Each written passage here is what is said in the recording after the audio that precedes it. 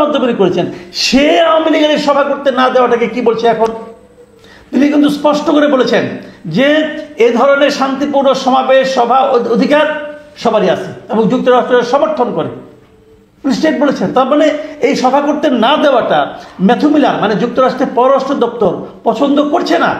এবং ওনার ভাষায় উনি দেখেন কি বলেছে যে ম্যাথু মিলার বলেন তারা বিশ্বের সব দেশের মতোই বাংলাদেশের সরকারকেও এটি স্পষ্ট করে দিয়েছেন যে যুক্তরাষ্ট্র শান্তিপূর্ণ বিক্ষোভের অধিকার সমর্থন করে এবং এমন বিক্ষোভ কোনো সরকারেরই সহিংস পন্থায় দমন করা উচিত নয়। কি বলবেন এখন? বলুন এখন কি বলবেন? তো এই জায়গাটাতে যে কথাগুলো আগে শুনলে আপনার খুব ভালো লাগতো, সেই কথাগুলো যখন আপনার হয়ে আসে, আপনার বিরুদ্ধে আসে, তখন আপনার কেমন লাগে?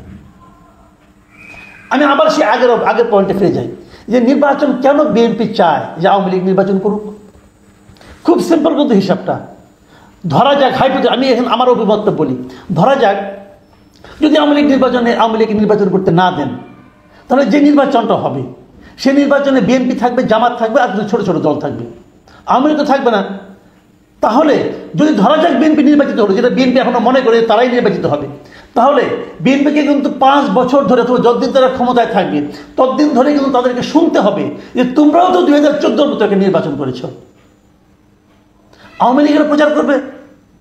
এদেশে আপনি আওয়ামী লীগকে নির্বাচন করতে দিলেন না, আওয়ামী লীগের ভোটারদের কি করবেন? তারা তো এসে আছে, তারা কিন্তু সারাক্ষণ আপনাকে প্রচার করবে যে তোমরা বিএনপি ভয় পেয়েছে, আওয়ামী লীগকে নির্বাচন করতে দেয়নি। আবার ছোট দলগুলি কেন চায় যে আওয়ামী লীগকে নির্বাচনে বাড়ি রাখতে? তারা এই আশায় চায় যে বিএনপির ভোট তো বিএনপি পাবেই, যদি আওয়ামী লীগকে নির্বাচনের বাইরে রাখা যায় তো সেই ভোটের কিছু হয়তো আমরাও পেতে পারি। এই আশা থেকে তারা চায় যে আওয়ামী লীগ নির্বাচন না করুক। তাহলে উভয়ের জন্য একটা স্বার্থ আছে। আর বিএনপির চিন্তাটা হলো এরকম যে বিএনপি মনে করে যদি আওয়ামী লীগ নির্বাচন করে তাহলে তারা নির্বাচনে ভালো ফল করবে না, নির্বাচনে বিএনপি জিতবে, আওয়ামী লীগ খুবই খারাপ করবে। তখন তারা বলতে পারবে যে আওয়ামী লীগকে জনগণই প্রত্যাখ্যান করেছে। এই জায়গাটা কিন্তু খুব ইম্পর্টেন্ট। আমি ব্যক্তিগতভাবে মনে করি দল হিসাবে আওয়ামী লীগকে নিষিদ্ধ করাটা হবে একটা বোকামিপূর্ণ কাজ। কেন সেটা আমি বলেই আলোচনা শেষ করছি। এই কারণে যে ধরেন আমার প্রস্তাব হচ্ছে আওয়ামী লীগের প্রত্যেকটা লিডার, সেন্ট্রাল লিডার, প্রত্যেকটা মন্ত্রী সকলকে বিচারের আওতায় আনা হোক, সকলকে। কারণ এরা সবাই কোনো না কোনো অন্যায় করেছে, এদের অন্যায়ের কোনো মাপ নাই।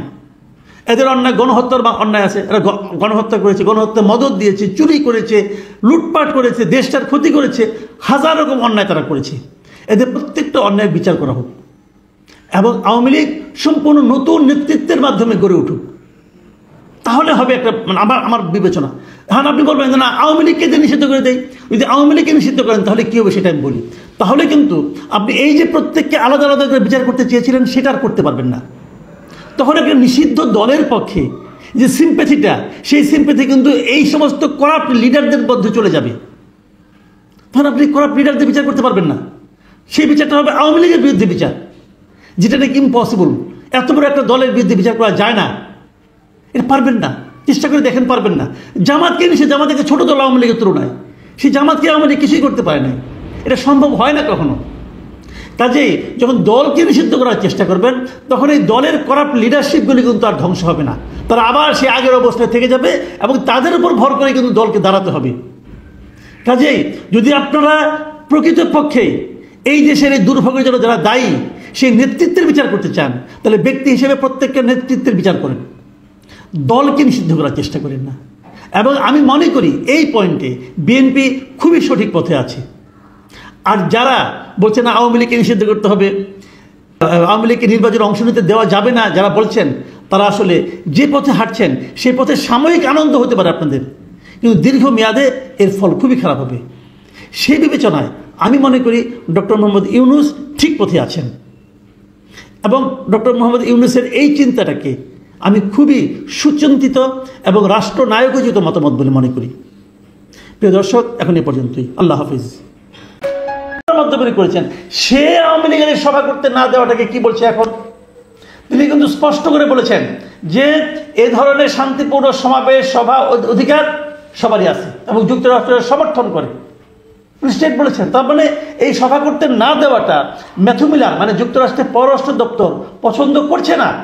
এবং ওনার ভাষায় উনি দেখেন কি বলেছে, যে ম্যাথু মিলার বলেন তারা বিশ্বের সব দেশের মতোই বাংলাদেশের সরকারকেও এটি স্পষ্ট করে দিয়েছেন যে যুক্তরাষ্ট্র শান্তিপূর্ণ বিক্ষোভের অধিকার সমর্থন করে এবং এমন বিক্ষোভ কোনো সরকারেরই সহিংস পন্থায় দমন করা উচিত নয়। কি বলবেন এখন? বলুন এখন কি বলবেন? তো এই জায়গাটাতে যে কথাগুলো আগে শুনলে আপনার খুব ভালো লাগতো, সেই কথাগুলো যখন আপনার হয়ে আসে, আপনার বিরুদ্ধে আসে, তখন আপনার কেমন লাগে?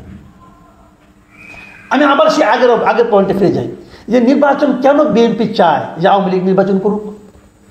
খুব সিম্পল কিন্তু হিসাবটা।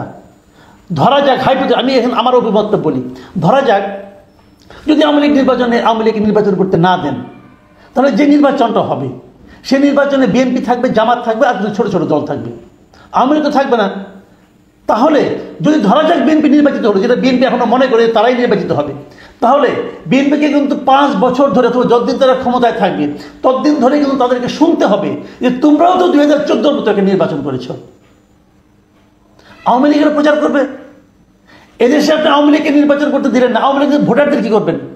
তারা তো এসে আছে, তারা কিন্তু সারাক্ষণ আপনাকে প্রচার করবে যে তোমরা বিএনপি ভয় পেয়েছে, আওয়ামী লীগকে নির্বাচন করতে দেয়নি। আবার ছোট দলগুলি কেন চায় যে আওয়ামী লীগকে নির্বাচনে বাড়ি রাখতে? তারা এই আশায় চায় যে বিএনপির ভোট তো বিএনপি পাবেই, যদি আওয়ামী লীগকে নির্বাচনের বাইরে রাখা যায় তো সেই ভোটের কিছু হয়তো আমরাও পেতে পারি। এই আশা থেকে তারা চায় যে আওয়ামী লীগ নির্বাচন না করুক। তাহলে উভয়ের জন্য একটা স্বার্থ আছে। আর বিএনপির চিন্তাটা হলো এরকম যে বিএনপি মনে করে যদি আওয়ামী লীগ নির্বাচন করে তাহলে তারা নির্বাচনে ভালো ফল করবে না, নির্বাচনে বিএনপি জিতবে, আওয়ামী লীগ খুবই খারাপ করবে। তখন তারা বলতে পারবে যে আওয়ামী লীগকে জনগণই প্রত্যাখ্যান করেছে। এই জায়গাটা কিন্তু খুব ইম্পর্টেন্ট। আমি ব্যক্তিগতভাবে মনে করি দল হিসাবে আওয়ামী লীগকে নিষিদ্ধ করাটা হবে একটা বোকামিপূর্ণ কাজ। কেন সেটা আমি বলেই আলোচনা শেষ করছি। এই কারণে যে ধরেন আমার প্রস্তাব হচ্ছে আওয়ামী লীগের প্রত্যেকটা লিডার, সেন্ট্রাল লিডার, প্রত্যেকটা মন্ত্রী সকলকে বিচারের আওতায় আনা হোক, সকলকে। কারণ এরা সবাই কোনো না কোনো অন্যায় করেছে, এদের অন্যায়ের কোনো মাপ নাই।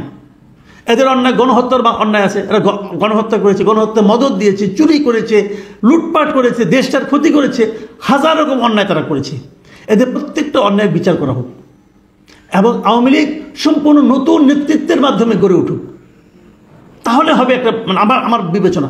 হ্যাঁ, আপনি বলবেন না আওয়ামী লীগকে যে নিষিদ্ধ করে দেয়, যদি আওয়ামী লীগকে নিষিদ্ধ করেন তাহলে কী হবে সেটা আমি বলি। তাহলে কিন্তু আপনি এই যে প্রত্যেককে আলাদা আলাদা করে বিচার করতে চেয়েছিলেন সেটা আর করতে পারবেন না।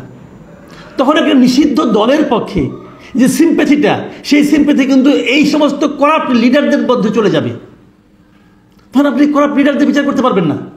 সেই বিচারটা হবে আওয়ামী লীগের বিরুদ্ধে বিচার, যেটা নাকি ইম্পসিবল। এত বড় একটা দলের বিরুদ্ধে বিচার করা যায় না, এটা পারবেন না।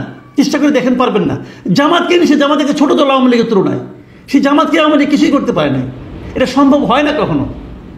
কাজেই যখন দলকে নিষিদ্ধ করার চেষ্টা করবেন তখন এই দলের করাপ্ট লিডারশিপগুলি কিন্তু আর ধ্বংস হবে না, তারা আবার সেই আগের অবস্থায় থেকে যাবে এবং তাদের উপর ভর করে কিন্তু দলকে দাঁড়াতে হবে।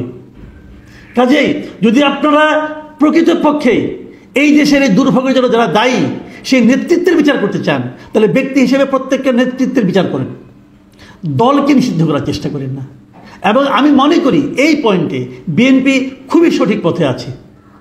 আর যারা বলছে না আওয়ামী লীগকে নিষিদ্ধ করতে হবে, আওয়ামী লীগকে নির্বাচনে অংশ নিতে দেওয়া যাবে না, যারা বলছেন তারা আসলে যে পথে হাঁটছেন সেই পথে সাময়িক আনন্দ হতে পারে আপনাদের, কিন্তু দীর্ঘমেয়াদে এর ফল খুবই খারাপ হবে। সেই বিবেচনায় আমি মনে করি ডক্টর মোহাম্মদ ইউনূস ঠিক পথে আছেন এবং ডক্টর মোহাম্মদ ইউনূসের এই চিন্তাটাকে আমি খুবই সুচিন্তিত এবং রাষ্ট্রনায়কোচিত মতামত বলে মনে করি। প্রিয় দর্শক, এখন এ পর্যন্তই। আল্লাহ হাফিজ।